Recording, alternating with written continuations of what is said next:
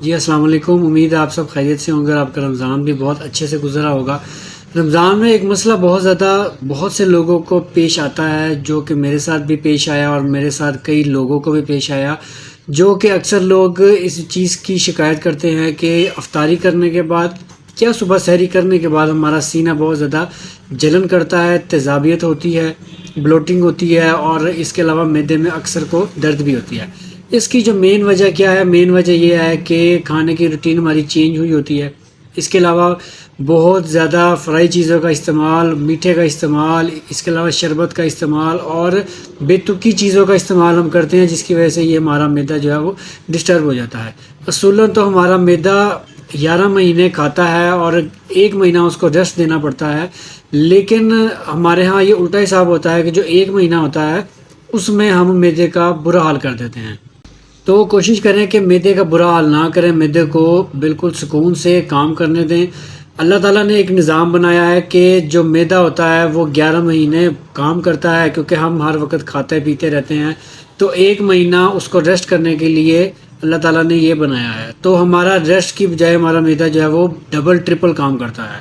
اب ہم سموسے بھی کھا رہے ہیں، پکوڑے بھی کھا رہے ہیں، ہم فرائی چیزیں بھی کھا رہے ہیں، اور اس کے ساتھ کمبینیشن جو ہے وہ شربت کا بھی چل رہا ہے، اس کے علاوہ دودھ سوڈے کا بھی جو بڑا عجیب سا کمبینیشن ہے وہ بھی چل رہا ہے، اس کے علاوہ صبح پراٹھے بھی چل رہے ہیں، اور اس کے علاوہ سحریاں بھی چل رہی ہیں، اور اس کے علاوہ دہی اور لسی وغیرہ بھی چل رہا ہے۔ مطلب ہم لوگ کسی قسم کی بھی کسر نہیں چھوڑتے۔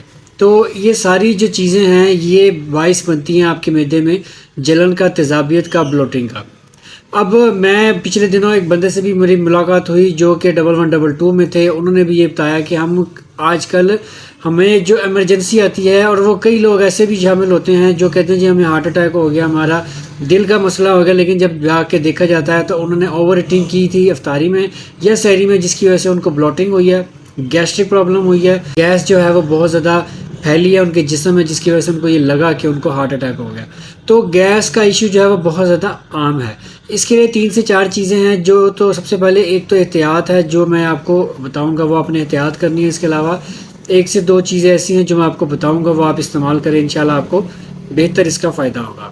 سب سے پہلے تو ایک تو یہ ہے کہ جی آپ فرائی چیزیں بالکل چھوڑیں۔ اگر آپ خود پتلا بھی ہونا چاہتے ہیں، معدے کو سکون بھی دینا چاہتے ہیں اور سکون سے رمضان بھی گزارنا چاہتے ہیں، فرائی چیزیں بالکل بھی چھوڑ دیں، جس میں سموسے پکوڑے ہیں، ڈیپ فرائی چیزیں ہیں، ایون شیلو فرائی چیزیں بھی بالکل چھوڑ دیں۔ کیونکہ دیکھیں 15 سے 16 گھنٹے کی فاسٹنگ کے بعد جب آپ معدے کو ایک دم اتنی ہیوی ڈائٹ دیں گے تو آپ کا معدہ تنگ بھی ہوگا اور آپ بھی تنگ ہوں گے۔ اسی لیے فرائی چیزیں بالکل چھوڑیں، شربت کا استعمال، میٹھا جو ہے وہ اس کا استعمال بالکل چھوڑ دیں۔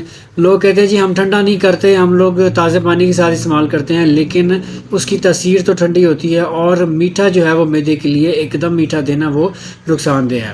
اس کے علاوہ دودھ سوڈا کا استعمال بہت زیادہ کیا جاتا ہے، اس سے بھی احتیاط کی جائے۔ سادہ سا آپ افطاری کریں، سادہ سا کھانا کھائیں، 1 سے 2 کھجوریں کھا لیں، پانی پی لیں، اور اس کے علاوہ جو کھانا بنتا ہے وہ کھانا کھا لیں، آپ کا معدہ بالکل صحیح رہے گا۔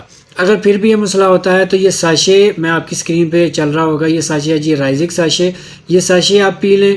اس کے علاوہ اینٹاسڈ کوئی سیرپ یوز کر لیں، جس میں گیوسکون سیرپ آتا ہے، گیوسکون ایڈوانس آتا ہے، اس کے علاوہ میوکن سیرپ آتا ہے، یہ آپ استعمال کر سکتے ہیں۔ اور بہتر یہ ہے کہ صبح سحری کرنے سے پہلے آپ رائزک جو PPI جس کو ہم میڈیکل لائن میں کہتے ہیں پروٹون پمپ انہیبیٹر، یہ جو کیپسول ہوتے ہیں یہ آپ کے معدے کو پروٹیکٹ کریں گے۔ آپ نے صبح سحری کرنے سے پہلے جس ٹائم آپ اٹھتے ہیں، ایک تازے پانی گلاس کے ساتھ ایک کیپسول آپ کھا لیں، اس کے 15 منٹ بعد آپ سحری سٹارٹ کر لیں، سحری کریں، سحری کرنے کے بعد نماز وغیرہ پڑھیں، اور آدھا پونا گھنٹہ گزر جاتا ہے تو پھر آپ سو جائیں۔ اگر آپ سوتے ہیں سحری کے بعد تو آپ کا یہ بلوٹنگ کا مسئلہ ہے حل ہو جائے گا۔